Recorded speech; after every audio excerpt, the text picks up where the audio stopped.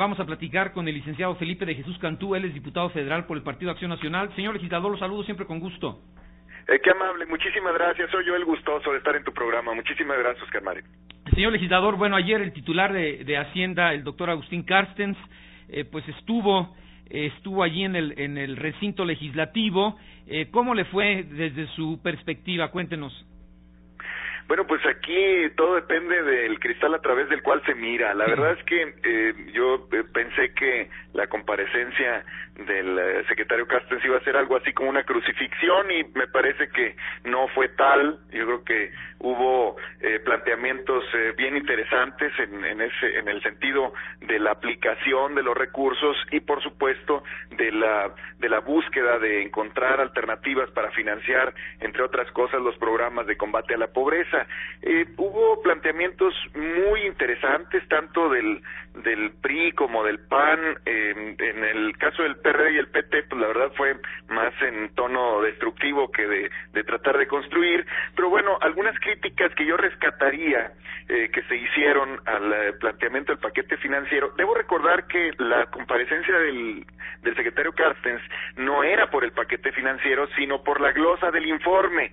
Sin embargo, la única referencia al informe de gobierno del presidente Calderón la hizo el propio Carstens en su presentación. Después de eso, nadie lo tomamos, y me incluyo, todos nos dedicamos al paquete económico. Claro, la relevancia del futuro inmediato así lo ameritaba, pero no estaba previsto así. El tema que se ha planteado y que creo que hay que rescatar de las críticas que se le han hecho al paquete es el desarrollo económico, porque si bien es cierto que sienta bases para ello, el paquete, pues también es cierto que sí hay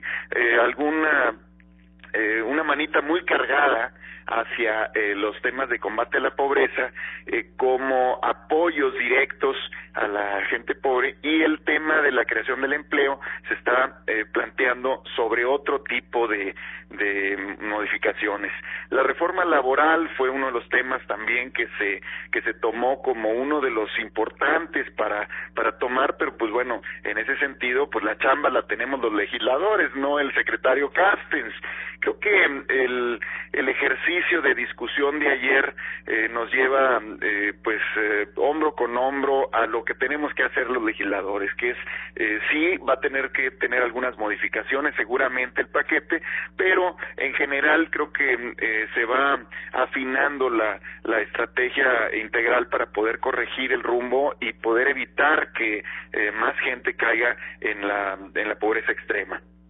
Si me permite, señor legislador, vía telefónica están también dos de sus colegas o compañeros, pues, allí en la Cámara. Está el licenciado Luis Videgaray, quien es diputado federal por el Partido Revolucionario Institucional. Don Luis, lo saludo con gusto, buen día. Oscar Mario, muy buenos días. Y también está el licenciado Guadalupe Acosta Naranjo, quien es diputado federal por el Partido de la Revolución Democrática. Don Guadalupe Acosta, muchas gracias y buen día, Buen día, Oscar Mario. Don Luis Videgaray, ¿cómo calificaría usted la comparecencia del secretario de Hacienda, que, como bien dice el licenciado Felipe de Jesús Cantú, bueno, pues era por la glosa del informe y resultó pues el tema económico financiero para el año entrante? Adelante, licenciado. Yo creo que el calificativo debe ser que fue un ejercicio útil. Los diputados tenemos la obligación de hacer un análisis minucioso, detallado, de las iniciativas de ley de ingresos, el presupuesto de egresos y las propuestas que ha hecho el Ejecutivo en general en materia fiscal. Yo creo que es fundamental entender cuál es la lógica del gobierno, y en ese sentido pues yo creo que la comparecencia del doctor Carstens el día de ayer fue útil. Podemos o no compartir las posiciones del gobierno, pero sin duda escuchar al titular de las finanzas públicas federales, que es el secretario de Hacienda, explicar con detalle, con detenimiento, por qué se han hecho muchas cosas, por qué se proponen, pues sin duda es un ejercicio útil.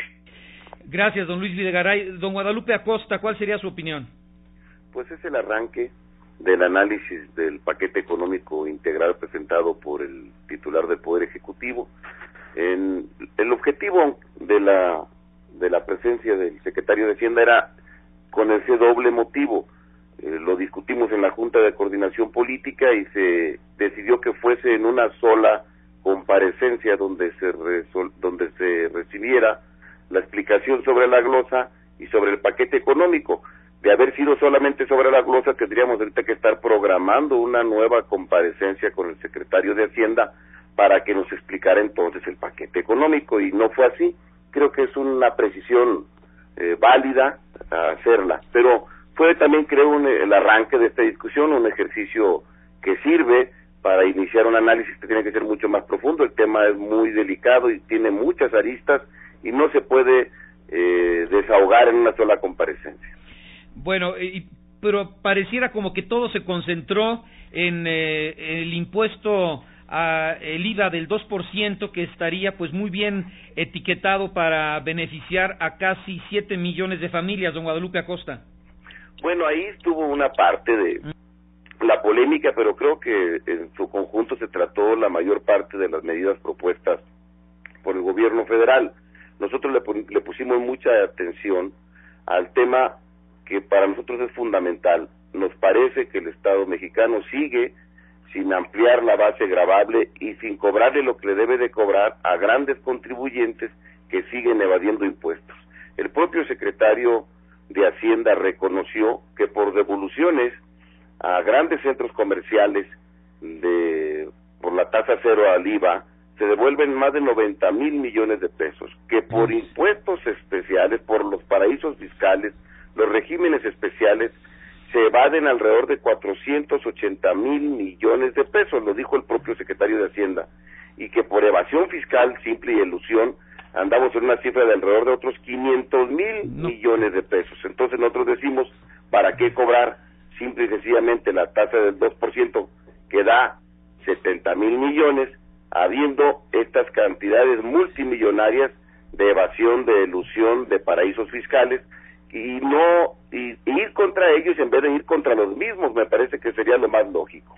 Bien, ¿cuál sería su opinión, don Luis Videgaray, en relación a esto que menciona don Guadalupe Acosta Naranjo, concentrarse o centrarse en estos rubros donde pues la recaudación se comenzaría a recuperar poco a poco una cantidad muy importante? Don Luis Videgaray. Bueno, yo creo, Oscar Mario, que la comparecencia pues realmente fue un ejercicio muy amplio, fueron 6 horas y estuvimos ahí. Sí. Tenemos oportunidad de platicar de muchos temas, y un tema fundamental que tal vez no es el que más capta la atención en la discusión en los medios de comunicación es el destino del gasto. Y es algo que a nosotros nos preocupa y nos ocupa. Y me explico. Cuando vemos el armado del presupuesto, vemos por un lado que a pesar de las medidas anunciadas, el gasto corriente seguirá creciendo. El gasto corriente del gobierno federal crecerá, según la propia iniciativa de presupuesto, alrededor del 7%. Si vemos solamente la parte de gasto operativo y administrativo sin considerar pensiones, vemos que va a crecer casi 5%. Entonces, y por otro lado, observamos con preocupación que la inversión pública tendrá una caída de más de 13%.